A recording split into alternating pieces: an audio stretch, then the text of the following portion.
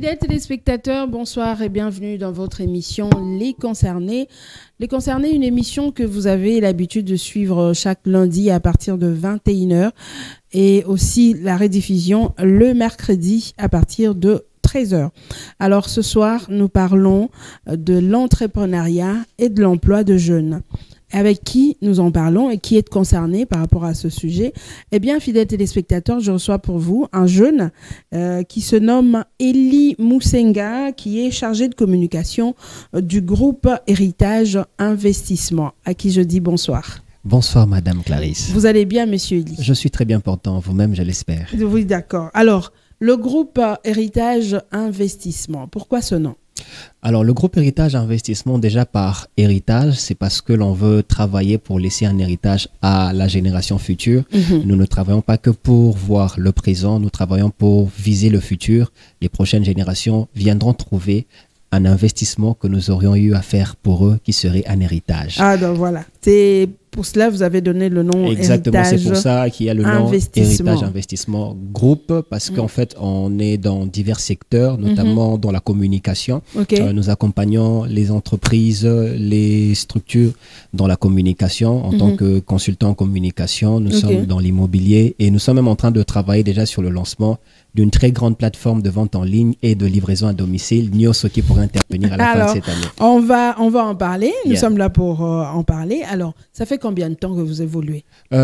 C'est depuis 2019. 2019? Oui, oui. Que vous évoluez dans ce groupe. Oui, donc, oui. ça va faire combien? 4 ans? 4 ans déjà, oui. 4 ans déjà que vous êtes à Kinshasa. Vous n'êtes basé qu'à Kinshasa ou vous êtes dans En fait, le point de départ, on a une équipe qui avait commencé en France, en fait. C'est là qu'il y a eu le point de départ. Et par après, quand on est venu ici à Kinshasa, c'est depuis la fin de l'année passée. Oui. Alors, vous êtes dans quoi? On parle groupe Héritage Investissement. Vous évoluez plus dans quel domaine?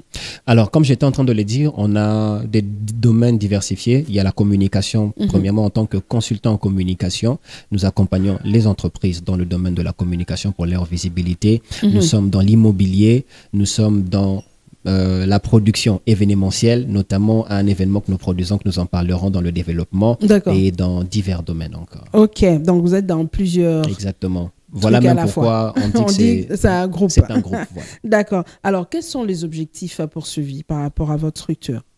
Alors, les objectifs poursuivis par rapport à cette structure est que nous sommes en train de nous battre pour pouvoir lutter contre, pour en fait apporter des solutions dans le domaine socio-économique. Il y a un programme que nous venions d'ailleurs de lancer à l'enceinte du groupe Héritage Investissement qui est appelé Initiative Emploi pour tous. En fait, c'est vraiment un programme qui est mis en place où nous étudions les paramètres par lesquels on peut vraiment lutter contre le taux élevé du chômage qui existe dans notre pays.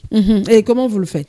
Alors, c'est par plusieurs programmes que nous lançons qui permet d'ailleurs de recruter des gens comme le Salon de l'emploi et de l'entrepreneuriat que nous organisons déjà, qui sera un cadre qui permettra aux jeunes, aux personnes de pouvoir trouver de l'emploi via ce programme.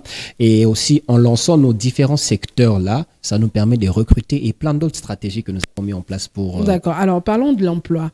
En fait, le jeune vient vers vous ou c'est vous qui allez vers le jeune pour... Vous le faites comment? C'est-à-dire, le jeune vient déposer le CV, vous faites quoi pour leur donner de l'emploi? Alors, déjà, dans notre manière de travailler, c'est que nous regardons le besoin que nous avons, le besoin de la main-d'œuvre que nous avons.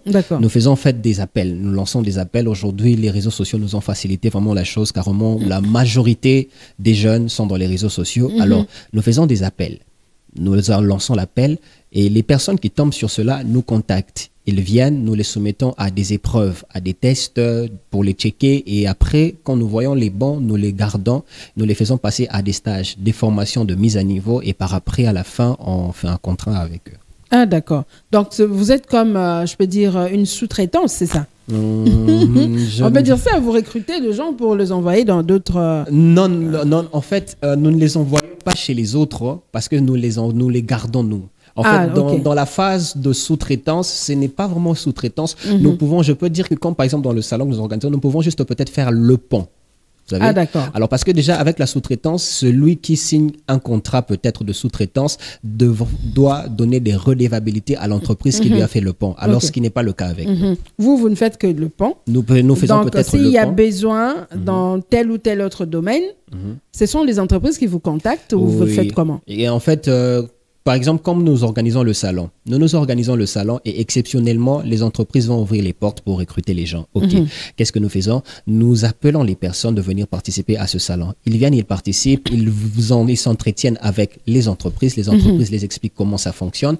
Et par après, quand ils vont être recrutés, nous nous assurons en sorte que les entreprises qui les ont recrutés puissent les garder, on fait en fait les suivis en fait, pour nous assurer qu'ils sont arrivés où ils devaient arriver et que ça se passe très bien. Carrément, c'est ça. Et il n'y a pas de redevabilité que nous exigeons à ces personnes-là. C'est même pour ça que je dis qu'on ne fait pas de la sous-traitance. D'accord. Alors, quels sont le profil qui vous met la puce à l'oreille? Vous recrutez tout le monde ou vous avez des critères? Je dirais d'ailleurs que nous sommes très inclusifs. C'est pas que nous avons un profil bien déterminé parce que les domaines... Parce qu'il y a d'autres structures ils disent souvent que non, nous voulons quelqu'un qui a fait, par exemple, les études secondaires ou soit quelqu'un qui a un diplôme d'État. Mais vos critères sont comment? Alors, ça dépend, comme je disais, de la main-d'œuvre que nous avons besoin. Alors, si peut-être nous avons besoin de la main-d'œuvre de quelqu'un qui peut être rédacteur, on ne va pas prendre n'importe qui. Okay. On va prendre quelqu'un qui a de la maîtrise dans la linguistique, a la maîtrise dans la rédaction. Alors, nous allons prendre cela. Et quand nous allons peut-être avoir besoin d'un agent de terrain, on n'a forcément pas besoin de quelqu'un qui a un diplôme en marketing. On a besoin de quelqu'un qui maîtrise le terrain. Vous voyez, en fait, ça se diversifie. Ce n'est toujours pas un profil bien déterminé que nous recherchons. Ça varie en fonction des besoins que nous avons. Alors, quand les gens vous contactent là, est-ce qu'ils doivent plutôt donner un petit rien, je ne sais pas. Vous savez qu'il y a des histoires qui se passent ici à Kinshasa. Oui. Des gens qui vous appellent, venez, on est en train de recruter. Il faut d'abord acheter une fiche. Il faut donner $50 de suivi. Alors que toi, tu es en train de chercher un emploi, surtout que tu es jeune. Vous êtes vous faites excusez-moi, vous encadrez plus le jeune, vous appelez plus le jeune par rapport à cette main-d'œuvre. Alors, quelqu'un à qui vous demandez $50 qui cherche de l'emploi. Qu'est-ce que vous faites? Celui qui vient chercher de l'emploi vient chercher de l'argent. Comment en fait exiger à cette personne qui vient auprès de vous chercher de l'argent de lui demander de payer de l'argent? Inconcevable. Nous n'exigeons pas de l'argent aux gens qui viennent là. Non, pas du tout. Il n'y a pas de frais d'inscription.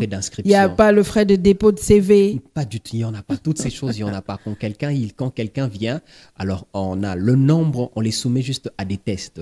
Et on essaye de tirer les meilleurs parmi eux.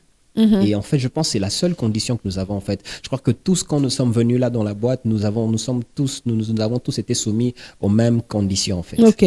Alors, ça fait il y a déjà combien de personnes que vous avez donné de l'emploi? Ah, il y en a plusieurs. On va à plus d'une trentaine. Depuis que vous avez commencé? En fait, à Kinshasa, je dirais que je viens de dire que c'est depuis le début de l'année. En fait, je dirais à plus de trentaine, à plus de 30 personnes. Et je crois peut-être que grâce au salon de l'emploi qui va intervenir là, on va vraiment faciliter l'accès à un très grand nombre de personnes. D'accord. Alors, vous avez dit que vous évoluez dans l'emploi et l'entrepreneuriat. Du côté entrepreneuriat, qu'est-ce que vous faites? Du côté entrepreneuriat, nous sommes dans la phase de l'accompagnement. Oui, nous accompagnons en fait des jeunes qui sont détenteurs de projets, qui ont des projets qui ont besoin d'accompagnement. Nous analysons le projet, nous analysons ce qu'ils sont en train d'envisager, réaliser et nous les accompagnons financièrement ou encore en termes de stratégie pour aller de la phase de conception jusqu'à la réalisation de ce projet. D'accord. Donc, vous avez des projets que vous êtes en train de concevoir et puis vous appelez les jeunes qui sont... Non, en fait, ça, j'ai parlé dans la phase où nous investissons dans les projets des autres. Alors, et maintenant aussi dans une autre phase... un jeune qui a un projet, il vient vous contacter? Oui, il peut venir nous contacter et puis nous essayons de voir, nous analysons. Et aussi d'autre part, nous-mêmes aussi, nous avons, comme je disais, nous sommes un groupe. Alors, en tant que groupe, il y a divers projets que nous sommes en train de mettre en place qui nécessitent que l'on étudie, que l'on puisse réaliser cela. Donc, et quand on réalise un projet, on a besoin de la main-d'œuvre concordant avec ce projet-là. Alors, de la main-d'œuvre concordant. Alors, moi, je voudrais un peu en savoir plus. C'est-à-dire, c'est vrai que les gens vont nous suivre. Ils vont se dire, moi, je suis chômeur, je suis à la maison, quelqu'un qui parle de l'emploi. Eh bien, c'est intéressant. Alors, la procédure pour être détectée ou soit être prise par l'entreprise, vous faites quoi? Ça, je voudrais directement attaquer le salon de l'emploi, permettez-moi. Le salon de l'emploi, on va en parler tout à l'heure. Mais la personne qui est là à la maison, qui s'est dit, je voudrais bien venir dans le groupe Héritage Investissement. Parce que là-bas, on donne de l'emploi. Je suis chômeur, ça fait 2 ans ou 3 ans que je suis à la maison. Au fait, je pense que déjà, avec ça, c'est que les portes ne s'ouvrent pas à tout moment. En fait, les portes, on l'ouvre lorsqu'il y a besoin. Lorsqu'il y a besoin, c'est nous, en fait, nous lançons l'appel. Ah, c'est à vous de lancer l'appel. Oui. En fait, la personne ne peut pas venir directement chez vous, dire que non, peut venir peut-être. J'ai mon CV avec moi, est-ce que vous pouvez... En fait, la personne peut venir, il peut déposer son document. Alors, nous allons essayer d'analyser, de voir un espace vide qui va peut-être correspondre avec son profil. S'il y a un espace vide, du coup, je pense qu'on ne fermerait pas le porte pour l'engager. Et si peut-être pour le moment, il n'y a pas des places vides qui correspondent avec son profil, on pourra peut-être lui mettre en stand-by et lorsqu'il y aura un espace vide, on le recontactera sans problème. D'accord. Alors là, vous êtes en train d'organiser un grand salon sur l'emploi et l'entrepreneuriat. Est-ce qu'on peut en savoir plus? Alors, il s'agit d'un très grand événement qui est le plus grand salon de l'emploi et de l'entrepreneuriat en RDC. Alors, pourquoi plus grand salon de l'emploi? Je suis sûr que vous allez sûrement me poser cette question-là. Pourquoi plus grand salon de l'emploi? C'est tout simplement, premièrement, à cause des avantages que ce salon réserve. Quels sont ces avantages? Les avantages que ces salons réservent sont ceux-ci. Premièrement, c'est un salon qui occasionne un cadre d'employabilité pour les participants. Les participants à ce programme ont la facilité de rencontrer les employeurs, chercheurs d'emploi. Et d'ailleurs, les entreprises partenaires à cet événement exceptionnel vont ouvrir les portes ce jour-là juste pour engager les gens. Ça sera une exception juste pour le salon de l'emploi. Donc, ça sera la rencontre entre les entrepreneurs les entreprises et les chercheurs d'emploi. Aussi entre les entrepreneurs avec les chercheurs d'emploi. Alors, ces personnes-là, quand ils viennent, il y a la phase, je disais, phase employabilité. Dans l'employabilité, c'est que nous vous faisons rencontrer avec ces personnes-là qui sont à la quête de nouveaux employés, qui vont ouvrir les portes pour engager les gens. Quand vous venez au salon de l'emploi, il y aura des moments où vous allez aller rencontrer, il y a en fait des stands, les stands des entreprises. Par exemple, là, le stand Robank, par exemple, qui est aussi partenaire. Alors, vous allez là-bas, Robank essaie de vous parler de comment ça fonctionne, et dit que nous allons recruter. Les gens vont déposer leur CV dans la stand Robank. Ah, waouh, c'est intéressant. Robank. Donc, donc, dès que vous arrivez, vous êtes chez vous, vous amenez déjà votre CV. Voilà, d'ailleurs, oui. Quand vous venez là, c'est même pour ça, je pense qu'on est même en train de travailler, on lance vraiment des annonces dans nos différentes plateformes électroniques pour dire aux gens comment est-ce qu'on vient au salon de l'emploi. Voilà, il faut le dire là. Oui, voilà. On ne vient pas en tant que spectateur. C'est juste venir voir. Là, on va voir comment ça va se passer. On dit que c'est le plus grand salon de l'emploi. On viendra voir comment ça va se passer. Comment est-ce que les jeunes doivent venir? Alors, quand vous venez, soyez munis de vos documents. Demande d'emploi, CV, lettre de motivation, tout ce qui va avec. Venez avec. Il y a peut-être Robank. Vous allez dans la stand Robank. Vos Robank vous expliquent, nous fonctionnons comme ci, comme cela, nous cherchons tel profil. Vous déposez. Alors, Robank va aller avec les dossiers, va aller étudier. Et par après, il va rappeler les personnes. Ah, d'accord. Oui. Les personnes qui seront retenues, Robank va appeler. Qui seront retenues. Alors, je pense peut-être qu'ils seront retenus et c'est la phase employabilité. Alors, je dirais que ce n'est pas seulement Robank parce qu'on a voulu vraiment diversifier les secteurs. On a voulu qu'il y ait une participation de plus de 50 entreprises des différents secteurs. Télécommunications, banques, etc. On veut vraiment que toutes les personnes qui viendront se sentent concernées. Notamment, on a encore un autre partenaire qui est Carnaio. C'est un truc de veille. C'est une entreprise de taxi. Alors, carrément, on se dit... Si vous êtes chauffeur, vous pouvez venir... Il y a l'opportunité d'entrer chez Carnaio. Alors, donc, c'est ça, diversification des secteurs grâce à ce programme-là. D'accord. Partie employabilité, c'est-à-dire les personnes pourront bénéficier. Ce salon se présente en premier lieu comme étant un salon de recrutement. D'accord. Deuxièmement, ce salon se présente comme étant un salon de formation. D'atelier, dans la partie atelier.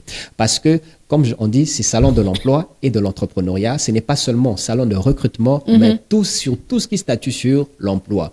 Dans la partie atelier, il y a des formateurs que nous avons fait appel, qui vont venir pour coacher les gens là, dans les différents secteurs. Il y a de ces personnes les entrepreneurs, par exemple, nous, de fois, en tant qu'entrepreneurs jeunes, nous avons des fois du mal à faire un business plan. Ah oui. On a du mal à faire un business plan. Alors, on a de très bonnes idées, mais on ne sait en fait pas convertir cette idée-là en projet écrit. On ne sait pas le convertir en projet écrit, et ce qui fait en sorte qu'on a peut-être du mal à avoir des financements, à avoir des soutiens venant, des accompagnements venant d'autres personnes. Pourquoi? Parce qu'on n'a pas les formations requises. Alors, nous avons étudié cela, on s'est dit, OK, dans ce salon, on ne va pas que faire de cela comme étant un salon de recrutement, mais ça devra aussi être un salon qui va doter les participants beaucoup de capacités aussi cognitives et intellectuelles. Vous participez au salon, vous bénéficiez des formations des différents coachs, des experts dans leur domaine, des différents secteurs. Voilà pourquoi je dis que ce salon est un salon très inclusif. D'accord. Donc, lorsque vous venez, vous serez outillé également. Exact. Par rapport à des formations, oui. Et par rapport aussi à votre domaine. Exact. Soit le domaine qui vous intéresse, vous pouvez aller pour être... Et je voudrais même préciser ceci, c'est que moi je veux beaucoup plus parler aussi aux jeunes étudiants. C'est important pour eux. Vous savez, moi quand j'étais étudiant en droit à l'UNIKIN, c'est que quand je suis arrivé en L2, c'est là que j'ai vu certains commencer à apprendre à faire un CV. C'est là que j'ai vu comment commencer à apprendre comment faire une lettre de motivation et tout ça. Il y avait certains qui me disaient, mon cher, s'il te plaît, fais-moi un CV. Pourquoi? Parce qu'ils n'avaient pas appris ça. Alors, je pense que par ce salon, on pourra vous apprendre sur les questions qui sont liées à l'emploi. Comment faire son CV. Comment rédiger une lettre de motivation. Comment rédiger une demande d'emploi. Toutes ces choses-là, on veut vraiment en fait doter des capacités intellectuelles, de connaissances les participants au salon. Tout cela va se faire au cours du salon de l'emploi. Au cours du salon de l'emploi et de l'entrepreneuriat qui se tiendra pendant 3 jours à l'Académie des Beaux-Arts. C'est quand exactement? Du 1er au 3 septembre à l'Académie des Beaux-Arts. Ah, dans une semaine, on peut dire. 2 semaines. Dans 2-3 semaines. Voilà. Oui. Donc, du 1er au 3 septembre. Ça sera à l'Académie des Beaux-Arts. Oui, je n'ai pas encore fini. Il y a encore d'autres sections. Alors, ça, j'ai parlé de la phase atelier.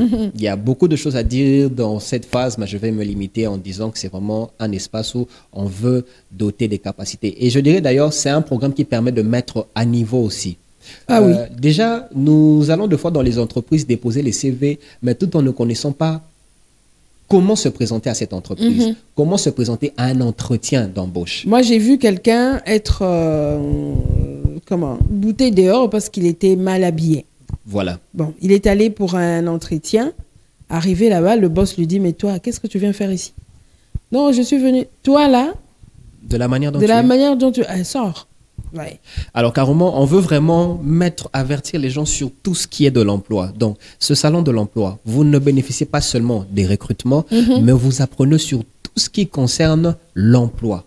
Surtout, formation, tous ces programmes-là. Et même les jeunes étudiants pourront bénéficier de fois aussi des travaux étudiants.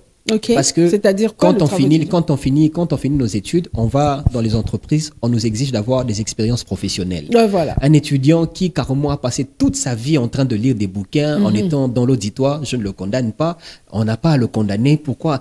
Il arrive là, il n'a pas d'expérience professionnelle. Il se disait qu'après les études, c'est là qu'il va commencer à chercher du travail. Ah oui. Alors, grâce à ce salon de l'emploi, les étudiants peuvent bénéficier des travaux pour étudiants, des jobs étudiants qui peuvent bénéficier de ça. Alors, la troisième phase, j'ai parlé de la deuxième phase qui est la phase... la troisième. La phase atelier. La troisième, c'est en fait la phase entrepreneuriat. J'interviens là. La phase entrepreneuriat, en fait, c'est que, je disais, les jeunes ont des projets. Des personnes sont détenteurs des très grands projets. Nous venons là. Ils bénéficient d'abord des formations, des ateliers, on leur explique comment faire un business plan, etc., etc. On va maintenant prendre les différents projets, on va les challenger, on va étudier les projets. Tous les partenaires qui sont présents vont observer les projets et vont se dire, OK, ce projet est très intéressant par rapport à notre secteur. Nous allons non seulement financer, mais nous allons aussi accompagner. C'est ce qui, des fois, fait défaut. Les jeunes, je suis avec les jeunes, je suis jeune. Je sais que les jeunes, on a tellement du potentiel, on a tellement d'énergie, tellement d'idées. Mais il nous manque de fois les opportunités. Et un programme pareil est une très grande opportunité pour permettre aux grands projets de pouvoir sortir de l'ombre. Vous savez, aux États-Unis, par exemple, aujourd'hui, on utilise tous Google. Google n'a pas été le projet des PDG, non, c'était des projets des 2 étudiants. Là, chez eux, ils conçoivent un truc. Le gouvernement, il dit, c'est très intéressant. Ils viennent, ils accompagnent. Et nous, de fois, on n'a peut-être pas les opportunités. Mais un programme pareil, c'est vraiment pour donner l'opportunité à ces personnes qui ont des projets. Vous venez participer, on étudie les projets que vous avez, on analyse cela, on finance et on accompagne pour faire en sorte que ce projet quitte de la phase de la conception seulement jusqu'à sa réalisation. C'était la 3e phase. Et la 4e phase, c'est la phase panel. En fait, les panels, c'est que ce sont des conférences interactives entre les personnes que nous avons l'habitude de voir, qui ont peut-être percé dans leur domaine, nous les admirons, qui ont réussi. Alors, on se dit, c'est comme si ils sont venus, c'est en fait du jour au lendemain où tout est allé en rose. Alors, ils vont venir nous parler de leur expérience. Leur parcours. Quelles sont les difficultés qu'ils ont rencontrées. Vous savez, Madame Clarisse, vous peut-être qui êtes là dans le journalisme, ça fait longtemps, quand je viens dans le monde, vos erreurs à vous deviennent une leçon pour moi. Ouais, voilà. Carrément, en 30 minutes, vous pouvez m'enseigner vos 30 ans de carrière. Vraiment. J'apprends des 30 ans de carrière en 1 heure. Pourquoi? Parce que quelqu'un qui a fait 30 ans m'a fait m'a résumé ses 30 ans en 30 minutes. Voilà. Et c'est l'importance même de ces panels. C'est que ces personnes vont nous résumer leur parcours. Nous allons échanger avec eux, les poser des questions. Comment vous avez fait pour atteindre ceci? Ils vont nous expliquer quelles sont les difficultés qu'ils ont rencontrées, comment les éviter, comment éviter certaines erreurs. C'est vrai que les erreurs sont inévitables, mais il y a de ces erreurs qui peuvent être évitées. Voilà. Lorsque une personne est passée par là, il nous apprend, oui, exactement. D'accord. Alors, ça sera vraiment un grand, comme vous le dites, le plus grand salon de l'emploi et de l'entrepreneuriat. Avec 4 grands thèmes, je peux dire thématiques ou tout ça. Oui, 4 points en fait. 4 points, oui. voilà. Et alors, je pense que, d'ailleurs, en fait, avec ça, le sujet que nous allons, le titre, encore le sujet que nous allons aborder, c'est le premier pas. Le premier pas. Pourquoi le premier pas? Pourquoi le premier pas? Parce qu'en fait, tout va de là. Vous savez, tout va de là par le premier pas. De ces personnes qui, quand vous savez, peut-être dans l'athlétisme, quand vous ratez le départ, vous risquez d'être disqualifié. D'accord. Alors, Monsieur Elie, à vous entendre parler, j'ai même peur de vous demander, est-ce que vous avez des difficultés? Est-ce que vous rencontrez des difficultés par rapport à votre structure? Parce que je vous entends parler, je me dis, waouh, là-bas, ça va. Non, bon, en fait, il y a des difficultés. Déjà, par cet événement, c'est que il y a une certaine difficulté de la participation des partenaires et sponsors qui veulent peut-être pas participer à fond pour soutenir un tel projet. On les voit, ils sont tout le temps dans les concerts.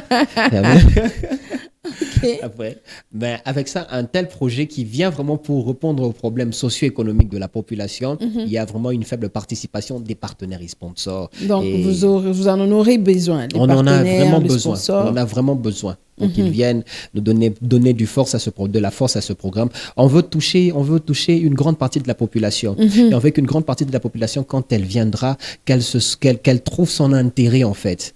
On ne veut pas que ce soit seulement les gens qui sont dans le domaine banquier qui, quand ils viennent, ils se disent, bon, ça, c'est un truc à nous. On veut que les journalistes, qu'ils viennent, ils trouvent leur intérêt. On veut que tout le monde, en fait, quand il viendra, qu'il trouve son centre d'intérêt. Et pour cela, c'est difficile pour nous d'atteindre ces objectifs seuls. Alors, quelles sont les stratégies que vous avez déjà mises en place, justement, pour atteindre les étudiants et tout cela qui viendront? Oui, les stratégies que nous avons mis en place, déjà, nous avons quelques universités qui ont accepté de nous accompagner, et notamment l'UNIKIN, qui a accepté de nous accompagner, qui nous a carrément accordé l'étendue du campus pour sensibiliser, parler aux étudiants. Il y a l'Académie des Beaux-Arts qui déjà est le lieu où nous allons tenir l'événement, qui nous a accordé cela. Je viens d'apprendre, il y a l'IEC aussi qui nous a accordé l'espace. Donc carrément, il y a ça. Et carrément, ces universités, non seulement nous servent de point de vente, mais aussi des espaces de sensibilisation et des campagnes. Et en dehors de ça, il y a toute une équipe de terrain qui travaille de façon acharnée depuis un certain temps pour toucher une grande partie de la population, pour rendre... de ce grand salon. Exact, la réussite. Alors, c'est vrai qu'il y a de quoi pour venir voir ce qui va se passer. Oui. Alors, est-ce que vous êtes sûr que les entreprises qui seront là vont vraiment rappeler ceux-là qui vont être tenus? Est-ce que vous avez une stratégie pour faire le suivi et tout ça? Cette question est une des questions qu'on en a tellement travaillé avec les amis, avec toute l'équipe. Oui, parce qu'on peut se dire, voilà, il y a Roban qui est là, je cite. Alors, je donne mon CV. Est-ce qu'il va faire le suivi? Est-ce que vous allez les appeler pour dire, voilà, j'avais donné mon CV, mais qu'est-ce que vous faites par rapport à ça? Qu'est-ce qui se passe quand les gens déposent leurs documents dans les entreprises? Nous allons chez les entreprises. Nous avons déjà nos équipes qui seront dans toutes les entreprises pour avoir les listes et les numéros des téléphones de ceux qui vont déposer. Et après avoir fait cela, qu'est-ce que nous, on va faire? On va nous assurer qu'on les rappelle. on va insister parce que on ne veut pas seulement faire le pont entre eux et les entreprises, entre eux et les employés, mais on veut s'assurer à ce que ce que nous leur avions promis, qu'il soit réalisé. Nous allons donc faire les suivis auprès des entreprises afin de nous assurer, OK, vous aviez reçu 50 personnes, 100 personnes. Dans les 100 personnes que vous avez reçues, combien d'entre eux ont été retenus? Qui sont ces personnes? Les avez-vous appelés? Si oui, nous appelons ces personnes. Avez-vous été appelés par tel? Oh, d'accord. C'est vraiment, il y a toute une stratégie que nous avons mis en place pour nous assurer que les entreprises qui appellent, les entreprises qui recrutent rappellent. D'accord. Alors, pour ceux-là qui ne seront pas recrutés, ils ne vont pas rester à la maison, est-ce qu'ils vont bénéficier de quelque chose? C'est d'ailleurs l'importance pour laquelle nous avons mis les ateliers. Parce que ces ateliers, parce qu'on se dit, dans les salons d'emploi qui se tiennent, d'habitude, c'est que quand vous n'êtes pas recruté, ben, c'est fini, vous rentrez à la maison, vous pleurez. Nous, on ne veut pas de ça. On veut que ces personnes-là, même s'ils ne seront pas recrutés, qu'ils sortent avec quelque chose. C'est vrai. Je n'ai pas été recruté par la chaîne CSS TV, mais néanmoins, grâce à l'atelier, je sais comment me présenter, en tant que présentateur, je sais quelle attitude avoir, j'ai en fait appris sur ce qui est de l'emploi. Voilà. Alors là, vous pouvez aller chercher ailleurs. Ou même vous pouvez aller créer aussi. Oui, vous pouvez aller créer. Vous dites, bon, je suis suffisamment outillé maintenant là. Exactement. Vous savez, madame, il y a deux fois nous lamentons, dire il n'y a pas de financement, tandis qu'il y a en fait des entités appropriées pour financer. Ah oui. Vous savez, par exemple, il y a de ces entreprises qui financent, il y a de ces banques qui financent des projets. Mais en fait, c'est que nous les présentons mal. Okay. Mais eux aussi, ils ne nous disent pas que vous avez mal présenté, vous n'avez pas rangé ceci. Vous avez seulement rejeté. Alors nous, ce qu'on veut faire, c'est qu'on veut vraiment étudier ce paramètre-là. Quand vous venez, vous apprenez de toutes ces choses-là qui feront en sorte que même si vous n'avez pas trouvé un emploi, mais en sortant, que vous puissiez savoir, OK, j'ai déjà appris, c'est comme ça qu'on fait un business plan. J'ai appris, c'est comme ça qu'on va chercher les partenaires. Et maintenant, là, je peux me lancer, aller chercher un partenaire par rapport à un projet. Même si je ne sors pas avec un emploi là, je sortirai quand même avec les notions qui me permettront de créer mon entreprise ou encore d'aller chercher un emploi ailleurs. C'est vraiment ça. Vraiment, je peux dire que c'est du waouh. Un truc en fait, du jamais vu. Hein. J'ai souvent assisté dans des ateliers ou de salons, mais c'est pas comme ça. Oui. Alors, l'idée est venue comment? L'idée est venue du constat que nous avons fait d'abord. Vous savez, toutes ces va du constat. On a observé, on a regardé, OK, est-ce que ça vaut la peine de faire un salon de l'emploi et de l'entrepreneuriat comme tous les autres le font? Vous venez, vous faites le pont entre les entreprises seulement et les chercheurs d'emploi, on les recrute, OK, patati patata, on arrête. Non, on s'est dit, OK, il faut un peu aller au-delà de ça. On va au-delà de ça, c'est pourquoi on a étudié tous ces paramètres qu'on a mis en place. Ah, d'accord. Alors, Monsieur Elie, je rappelle que vous êtes chargé de communication de la structure. Alors, par rapport à la communication, vous avez prévu quoi de votre côté? Alors, par rapport à la communication, nous travaillons de manière acharnée depuis un mois déjà, depuis 1-2 mois, où déjà nous étions beaucoup plus dans les réseaux sociaux parce que c'est là qu'on peut trouver la plupart des jeunes. Déjà, la grande partie de la population est aussi grandement dans les chaînes, dans les médias, dans les médias sociaux. Il y a ça déjà qui nous travaillons déjà depuis longtemps. On est très présents, on a des interactions de plusieurs personnes déjà. Et aussi les médias comme maintenant. Les panneaux publicitaires d'ici là déjà vont commencer à être par-ci, par-là, saturer la ville, les affiches, ainsi de suite. D'accord. Alors, Monsieur Lee, nous sommes en Messina déjà du côté de la régie. Vous savez, la télé, c'est l'heure. Hein? Ah, déjà, OK. Nous sommes presque à la fin, nous sommes en train de chuter. Oui. Un message à lancer à tous ces jeunes qui vont nous suivre. Un message à lancer à tous ces jeunes qui sont en train de suivre. C'est une très grande opportunité, ce salon de l'emploi et de l'entrepreneuriat. Grâce à ce salon, vous avez la possibilité de pouvoir bénéficier d'un recrutement. Grâce à ce salon, vous avez la possibilité de sortir avec les connaissances et les notions qui sont liées à tout ce qui concerne l'emploi et l'entrepreneuriat. On a l'habitude de dire dans la Bible que nul ne vient auprès de Dieu entre tel qu'il était venu. Et permettez-moi de dire que tout celui qui viendrait à ce salon de l'emploi ne sortirait pas de la même manière. On sortira certainement avec quelque chose. Je vous invite donc à participer massivement à ce programme qui est une très grande opportunité pour la population quinoise, congolaise en général, de partout. En fait, je me suis dit, lorsque vous parlez là, je me suis dit,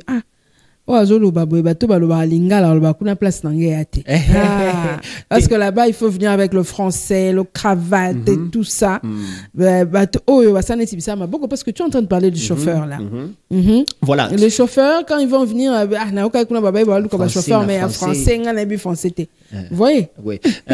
Voilà même pourquoi on a voulu qu'il y ait une participation de 50 entreprises, 50 sociétés qui vont participer. Pourquoi? De différents secteurs. On ne veut pas que l'on soit bâclé que dans un domaine précis, que ce soit seulement les banquiers, que ce soit seulement les gens de mine. On veut qu'il y ait des industries de menuiserie qui participeront. On veut qu'il y ait des industries mécaniques qui seront présentes. On veut qu'il y ait une diversité dans les secteurs artisanal, partout en fait, pour que toutes les personnes qui vont venir puissent trouver dans ce programme leur centre d'intérêt. Ce n'est pas un truc des gens qui parlent que trop français. Non, pas seulement. Ah, d'accord. Donc tout le monde exact. Je vais être, on les appelle comme les nounous des bébés. Peut-être que ça peut avoir expérience. Vous pouvez faire un tour là-bas. Ce sera du 1er au 3 septembre à l'Académie de Beaux-Arts. Déjà le matin, on commence. On commence le matin à partir de 10h déjà. Les activités commencent jusqu'à 16h. D'accord. Alors, Monsieur Ly, merci beaucoup de passer pour nous parler de ce grand salon. Merci à vous. Peut-être les spectateurs, nous sommes à la fin, mais on ne va pas se quitter comme ça. On va suivre le spot de ce salon, de ce grand salon qui va se passer du 1er au 3 septembre. Ça sera à l'Académie de Beaux-Arts. En tout cas, chers jeunes étudiants, il faudrait faire un tour pour voir quelles sont les opportunités. Je dis merci à mon équipe technique. Papa Freddy, merci. Merci à Obed. Merci à Sacré, je pense, qui est là. Et puis, merci à, comment il s'appelle, mon caméraman. Je vais donner les adresses. Ah oui, voilà. Vous avez un dernier mot? Oui. Les adresses par lesquelles on peut nous joindre. D'accord. On peut nous joindre par nos différentes plateformes électroniques, Facebook, Instagram, TikTok, Twitter. Vous tapez Groupe Héritage Investissement. Et aussi sur Internet, on peut taper www.groupehéritageinvestissement.com. Et je précise qu'il y a aussi un frais de participation par rapport à... Ah, voilà. Il fallait le dire parce que moi, j'allais venir même réduit. Pour participer, il fait quoi? Alors, pour participer à ce programme, nous avons pensé mettre un frais de participation à $5 pour un jour. Et les personnes qui vont participer pour le 3 jours vont payer $10. D'accord. Le frais de participation, c'est à $5. $5 pour un jour. Et puis $10 pour le 3 jours. Oui. À payer sur place. À payer sur place ou encore déjà dès maintenant via les plateformes que je viens de dire, Facebook, Instagram. Ils peuvent déjà commencer à appeler dès maintenant. Ah, d'accord. OK. Merci beaucoup, Monsieur Ely, pour la précision parce que et puis,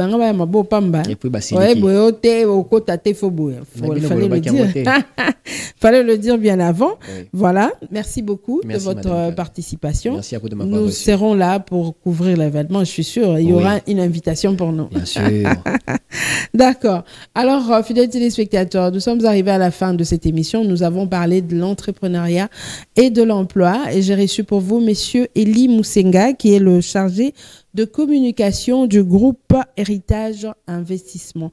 Le rendez-vous est donc pris pour le 1er septembre, donc du 1er au 3 septembre à l'Académie de Beaux-Arts. Vous êtes jeune, vous êtes chercheur d'un emploi, faites un tour là-bas du 1er au 3 septembre à l'Académie de Beaux-Arts. Eh bien, vous pouvez trouver un emploi. Et c'est par ce mot que nous disons bye bye. On se retrouve très prochainement.